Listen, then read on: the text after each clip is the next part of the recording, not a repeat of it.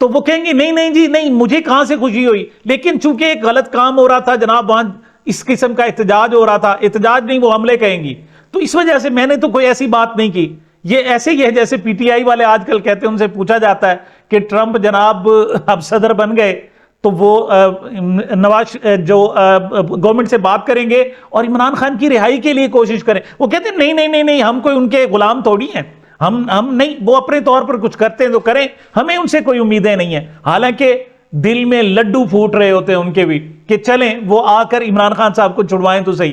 اچھا میری کیفیت بھی کچھ اسی قسم کی ہے جناب، بظاہر مجھ سے پوچھا جائے تو جناب 1 کروڑ روپے سر کی قیمت والا ڈاکو مارا جانا مجھے خوشی ہونی چاہیے، لیکن میں کیا کروں، میں جان بوجھ کر ہنسنے کی کوشش بھی کروں تو میں ہنس نہیں پا رہا، میں چاہوں بھی صحیح تو کہوں جی بہت اچھا ہو گیا، یہ تو بہت اچھا ہو گیا، مجھ سے ایسا ہوگا نہیں۔ اس کی وجہ کیا ہے؟ اس کی وجہ یہ ہے کہ میں اس کچے کے ڈاکو کو کچھ نہ کچھ جانتا ہوں، یا اس کی کم از کم جو انٹریکشن تھا پبلک کے ساتھ اس کا مجھے کچھ نہ کچھ اندازہ ہے۔ میں جناب جنوبی پنجاب کے ایک سب سے بڑے اخبار کے جناب 20 سال تک میں اس علاقے کو جناب رپورٹ کرتا رہا ہوں، لہٰذا مجھے وہ بھی اندازہ ہے کہ اصل میں ڈاکوؤں کی کیفیت کیا ہے۔ اور دوسرا، وہ جو باتیں کرتا تھا وہ سچی، دل کہتا تھا کہ آپ کی سچی باتیں، اور یہاں تک کہ پہلی مرتبہ جب اس کے 1 کروڑ روپے سر کی قیمت لگائی گئی اور اشتہار میں اخبار میں اشتہار چھپا تو اس نے دیے گئے فون نمبر پہ خود ہی فون ملا لیا اور کہنے لگا بھائی میرا نام آپ نے کیوں ڈال دیا، مجھ سے بڑے بڑے ڈاکو تو اور بیٹھے ہوئے ہیں، مجھ پر کیا ہے۔ اور اس نے چیلنج کیا تھا ان کو کہ ایک کوئی قتل بتائیں میں نے کیا ہو، کوئی ایک کسی کے ساتھ میں نے زیادتی کی ہو، کوئی ایک چیز بتائیں۔ اور پنجاب حکومت اس کو 6 مہینے ہو چکے ہیں، اس کے خلاف کچھ نہیں کر سکی، بلکہ وہ محکمہ داخلہ کا جناب وہ جو اہلکار یا افسر تھا وہ بھی اسے سر کر رہا تھا۔ یہ صورتحال تھی۔ اور پھر سب سے بڑی بات یہ کہ اس کی جو آخری خواہش تھی وہ یہ تھی کہ جناب میرے علاقے راجن پور میں ایک سکول بن جائے۔ اس نے کہا جی 30 سے 35 بچے ہیں جو ہمارے اپنے گھروں کے ہیں اور وہاں کوئی سکول نہیں ہے، میں نہیں چاہتا کہ میرے بعد کوئی اور ڈاکو بنے یا ڈاکو کہلائے یا اس کے سر کی قیمت گورنمنٹ اس طرح لگائے اور وہ چھپتا پھرے، اپنے ساتھ ہر وقت ہتھیار رکھے، میں نہیں چاہتا، میری زندگی تو گزر گئی۔ یہ اصل میں وجہ ہے۔ جبکہ اس کے مقابلے میں بڑے ڈاکو ہیں، وہ کچے کے ڈاکو ہیں، بڑے ڈاکو ہیں، پکے کے ڈاکو ہیں، اور پکے کے ڈاکوؤں کی پوزیشن کیا ہوتی ہے، وہ آخر وقت تک جناب اپنے اس پیسے قبر میں بھی چلے جاتے ہیں، پھر بھی پیسہ گننے میں، پیسہ محفوظ بنانے کے چکر میں ہوتے ہیں۔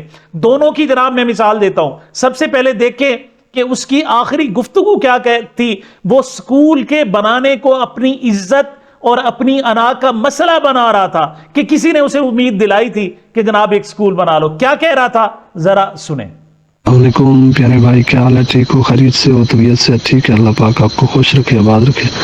اچھا بھائی، آپ سے یہ گزارش کرنی تھی کہ آپ نے جس طرح ہمارے ساتھ سکول کا وعدہ کیا تو یہاں ہم نے کافی دوستوں کے سامنے یہ بات شیئر کیا، وہ بھی بہت خوش ہوئے۔ اگر یہ مسئلہ حل نہیں ہوا تو ایسا سمجھو ہمارے لیے بہت شرم کی بات ہے، پھر لوگ بھی تانے دیں گے، کیونکہ کافی یہاں بچوں سے میں نے وعدہ کیا ہوا تھا کہ بھائی ایک بھائی ہمارا تمہارا مدد کر رہا ہے، وہ سکول دے رہا ہے، تو کوشش بہرحال اپنی طرف سے پورا کرو، باقی نصیب کی بات ہے بچوں۔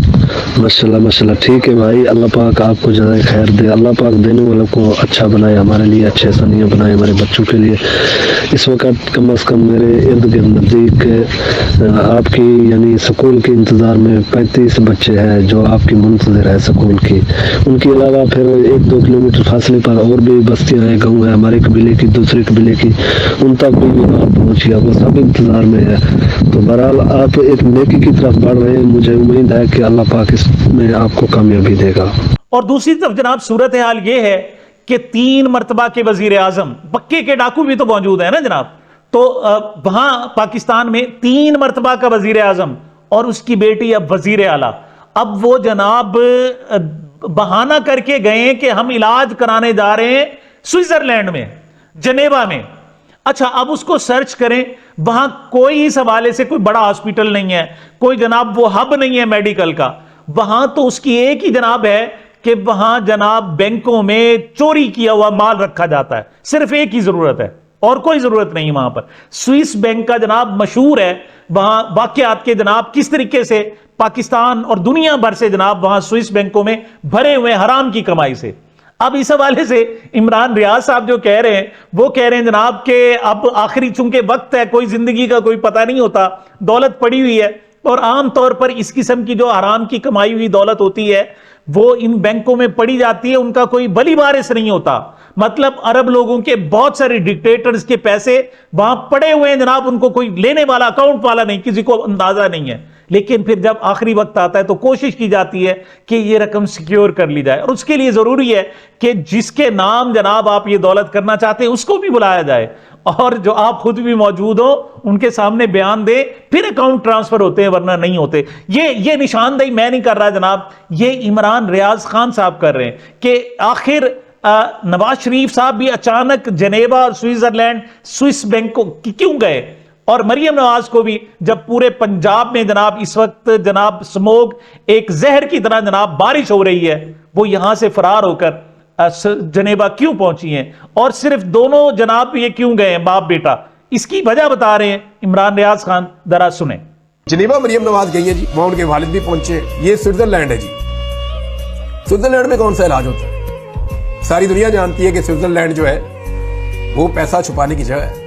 انڈینز, پاکستانی, دنیا کے بہت سارے اور ملک ہیں جہاں پہ لوگ کرپشن کرتے ہیں تو اپنا پیسہ سوئس بینکوں میں جا کر چھپاتے ہیں. یاد ہے زرداری خاندان کا واقعہ, اور بہت سارے خاندان ہیں جن کا پیسہ سوئس بینکوں میں پڑا ہوا ہے.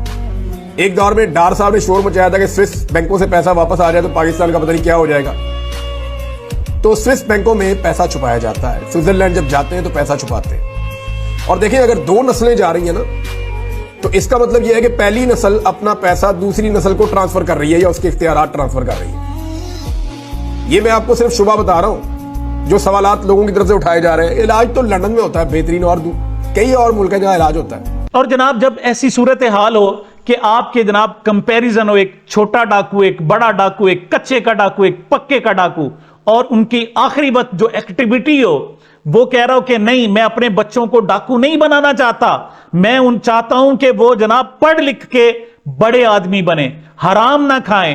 وہ اس کا کہنا یہ تھا کہ اگر میں چاہوں نا تو میں نواز سرداری میرے مقابلے میں کچھ بھی نہیں ہے, ان سے زیادہ میں لوٹ مار کر سکتا ہوں, لیکن مجھے اللہ تعالیٰ کا جناب خوف ہے, مجھے اپنے ضمیر کی طرف دیکھتا ہوں, لہٰذا میں نے آج تک کسی کا جناب اس طریقے سے لوٹ مار نہیں کی, اب میں کیسے کروں گا.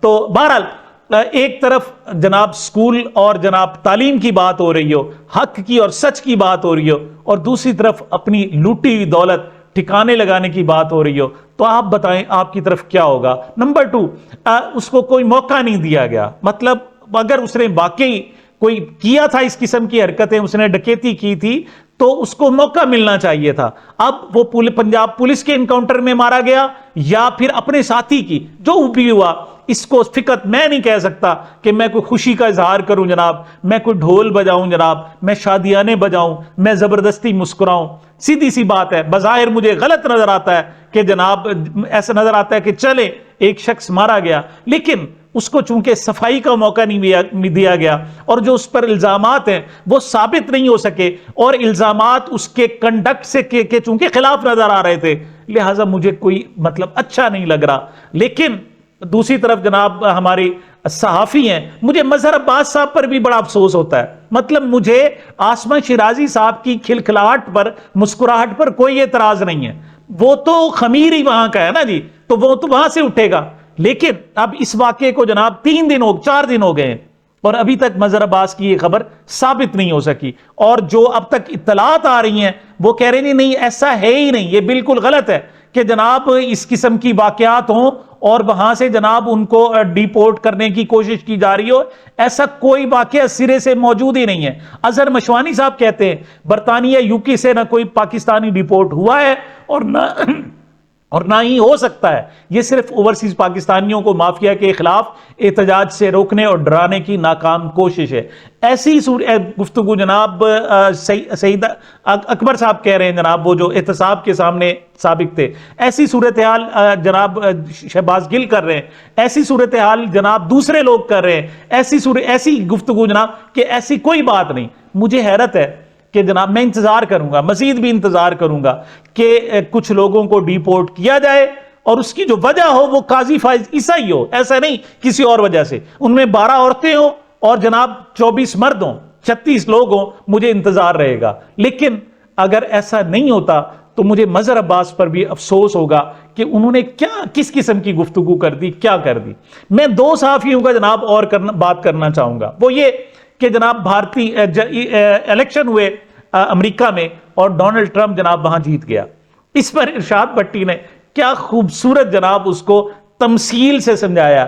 ارشاد بھٹی کہتے ہیں ڈیئر کاملا ہیرس بیڈ لک, کاش آپ ہماری عدلیہ ہمارے الیکشن کمیشن سے رہنمائی لے لیتی تو ٹرمپ کی پارٹی ٹوٹ جاتی, ٹرمپ پارٹی سے انتخابی نشان چھن جاتا, انتخابی نتائج میں تاخیر ہو جاتی, انٹرنیٹ بند ہو جاتا, فارم 47 وجود میں آ جاتا اور آج آپ وکٹری سپیچ کر رہی ہوتی, جبکہ ٹرمپ جناب اس وقت جیل میں بیٹھا ہوتا اور جیل میں جناب نائل ہو کر بیٹھا ہوتا. لیکن کیا کریں, آپ نے ہم سے کوئی سبق ہی نہیں سیکھا, آپ نے کچھ بھی نہیں. یہ ایک بڑا میں سمجھتا ہوں وہ جملے ہیں جو ایک کی روح کو ہلا دیتے. اور جب یہ گفتگو کر رہے تھے تو اس وقت جناب مسلم لیگ نون کے رہنما اس وقت ہنس رہے تھے, مطلب انہیں پتا تھا کہ یہ جو کچھ کہہ رہے ہیں سچ کہہ رہے ہیں. ایک اور صحافی کی میں بات کرتا ہوں, نصرت جاوید صاحب کی. نصرت جاوید صاحب انہوں نے پریڈکشن کی تھی نجم سیٹھی کی طرح. نجم سیٹھی نے کہا تھا جناب کہ مجھے کاملا ہیرس جیتی ہوئی نظر آ رہی ہیں, غریدہ فاروقی نے کہا تھا جناب مجھے وہ جیتتی ہوئی نظر آ رہی ہیں, اور باقی سارا کا سارا میڈیا لگا ہوا تھا. لیکن چودھری غلام حسین صاحب جیسے بھی لوگ تھے انہوں نے کہا نہیں جی مجھے ٹرمپ جیتا ہوا نظر آ رہا ہے. تو نصرت جاوید نے بھی کہا تھا کہ مجھے جناب ٹرمپ ہارتا ہوا نظر آ رہا ہے. جب یہ الٹ ہوا تو وہ خود شرمندگی کا اظہار کر رہے ہیں. نصرت جاوید کہتے ہیں صحافت کو اپنی پوری زندگی دینے کے بعد میں ٹرمپ کی کلین سویپ کا اندازہ نہ لگا سکنے پر گہری شرمندگی محسوس کر رہا ہوں. ہم نام نہاد لیگیسی میڈیا نے سچ مانے تو ڈونلڈ ٹرمپ کی حیرت انگیز جیت کے ساتھ اپنی ساکھ بھی مکمل طور پر کھو دی ہے. اور وہ کہتے ہیں یہ جو مین سٹریم میڈیا ہے اس پر آپ پابندیاں بڑھاتے جائیں گے, اس پر پریشر ڈالتے جائیں گے تو ہوگا کیا کہ سچ یہاں سے ختم ہوتا جائے گا اور سچ سوشل میڈیا پر ٹرانسفر ہوتا جائے گا. میرے خیال بالکل درست بات کر رہے ہیں.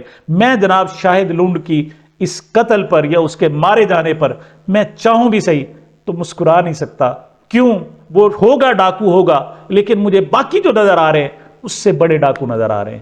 سامعین یہ میری اب تک کی گزارشات تھیں. مجھے اپنے اس چینل کو اپنی محبتوں اور دعاؤں میں یاد رکھیے گا. ملتے ہیں چھوٹے سے وقفے کے بعد.